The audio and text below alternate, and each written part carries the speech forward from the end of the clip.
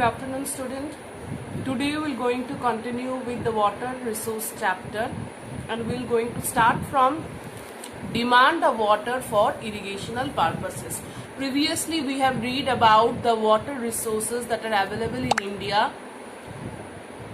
We have read about the surface water resources, underground water resources, and the amount of water resources that is surface and underground being used by domestic purpose, industrial purpose, and for agricultural uses. So we have read that the maximum of the surface water and underground water being used for agricultural uses.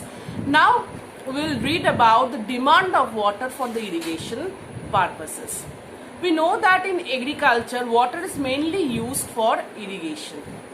Irrigation is needed because of spatio-temporal variation in rainfall in the country, because we know that our monsoonal rainfall is quite sporadic and erratic in nature, and thus we need irrigation in certain areas because there is not enough rainfall to have the crop production properly being done in those areas. So we need irrigation facilities to have more production in those regions.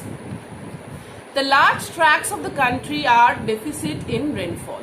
We are having some parts of the country which are having very less rainfall. Those regions are deficit in rainfall and are mainly drought-prone areas. For example, the northwestern India and the Deccan Plateau are those regions which can be said having very less amount of rainfall. So winter and summer season are more or less dry in most part of this region and other part of the country. So hence it is very difficult to practice agriculture without assured irrigation system during the dry season. So those pockets or those regions which lack in proper rainfall, it is needed to have irrigational facilities. Without irrigational facilities, it is not possible for the farmers to grow crops. So even in the areas of ample rainfall somewhere, where there is ample rainfall, for example, the states of West Bengal, Bihar, breaks in monsoon or its failure creates a dry spell that is quite affecting or detrimental for agriculture, as those regions which are having ample of rainfall, but due to some reason there is a lack of rainfall because of the dry spell, these regions have a bad effect on agriculture. So these region also needs certain irrigational facilities. So water need of certain crops also makes irrigation very necessary. Certain crops are rain-fed crops.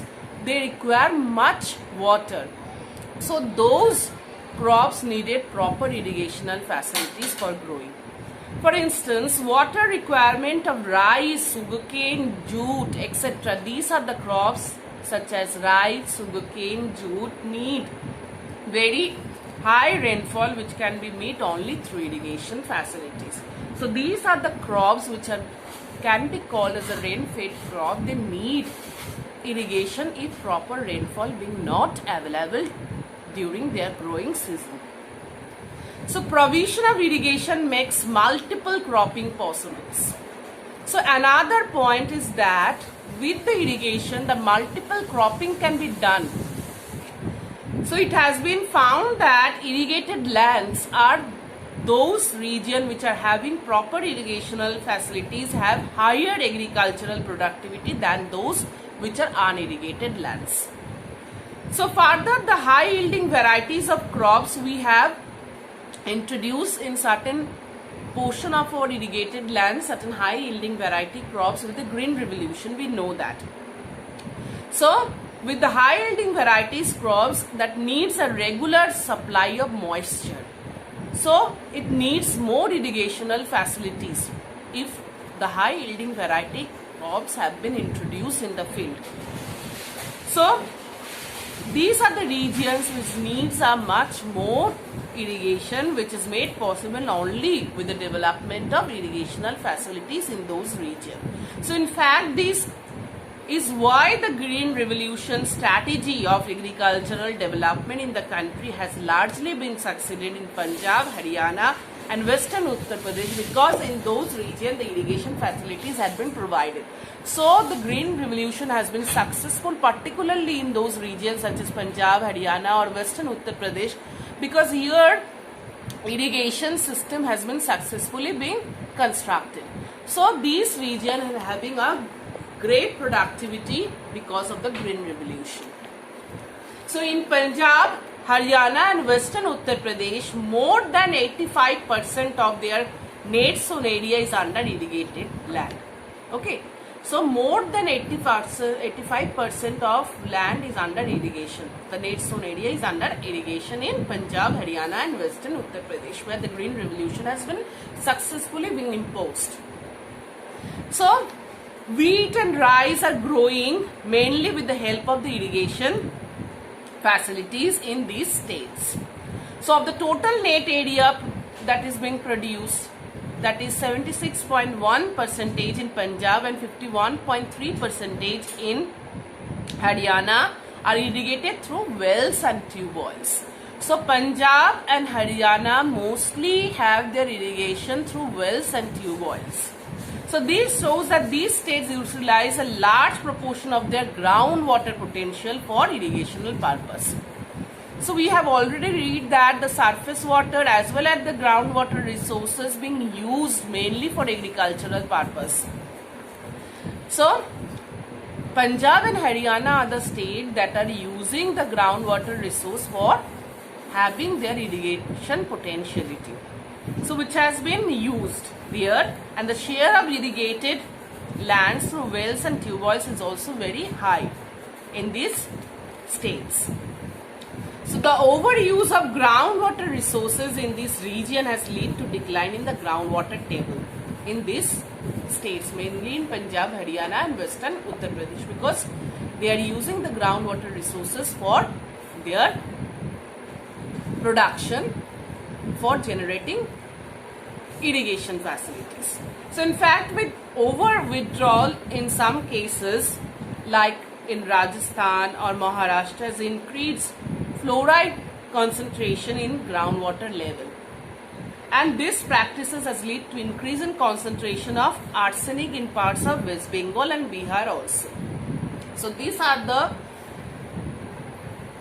things that is happening with the groundwater resource because of the overutilization, somewhere the fluoride concentration being high or somewhere the arsenic concentration being high.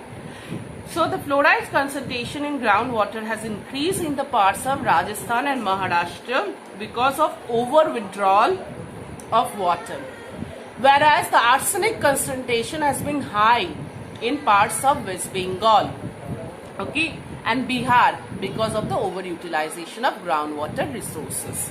Now the emerging water problems that we are facing, okay, the per capita availability of water is dwindling day by day. We are facing a water scarcity day by day because of the increase in population that we have discussed already in our previous class. The available water resources are also getting polluted because of industrial waste, because of agricultural chemicals that are being used in the agricultural fields and the domestic effluents also. And thus in turn is further limiting the availability of usual water resources. We are not getting the fresh water resources that we are going to consume. So because of our human use of water, our water scarcity being increasing day by day. Deterioration of water quality is also being taking place. Water quality, what is water quality? It is referred to the purity of water. How much it is pure, or water without any unwanted foreign substances which can be used or consumed by us for drinking purpose. So water gets polluted by foreign matters such as microorganisms. It can be through chemicals, it can be through industrial and other waste. Such matter deteriorates the quality of water and render it unfit for human consumption or use. When toxic substances enter lakes, streams, river, ocean and other water bodies, they get dissolved or lie suspended in water and thus making it unfit. This results in pollution of water whereby quality of water deteriorates, affecting the aquatic system also. So sometimes this pollutant also seep down and pollute the groundwater reserves also. For example, the Ganga and Yamuna river systems are the truly highly polluted rivers in the country. These two river systems, that is the Ganga and Yamuna, are very polluted one. So today we have discussed about the water availability that is being used for irrigational purposes and where these are being used, the states we have read where maximum of the irrigation being done, that is Punjab, Haryana and Western Uttar Pradesh, and other parts of India also irrigation is practiced, but mostly this is widely being practiced in Punjab, Haryana and Western Uttar Pradesh with the implication of the Green Revolution. Then we have read about the emerging water crisis and problems that we are facing. Then we have read about the deterioration of the water quality day by day affecting our human consumption as well as the surface water systems, that is river, lakes, ponds, ocean, seas. Everywhere the water is being polluted. We have read the two examples of the river system, that is Ganga and Jamuna being the most polluted water system in our country. Okay, so today we are done with the online class. Now in the next class we are going to read about the water conservation and management strategies in tomorrow's class. Okay, thanking you student.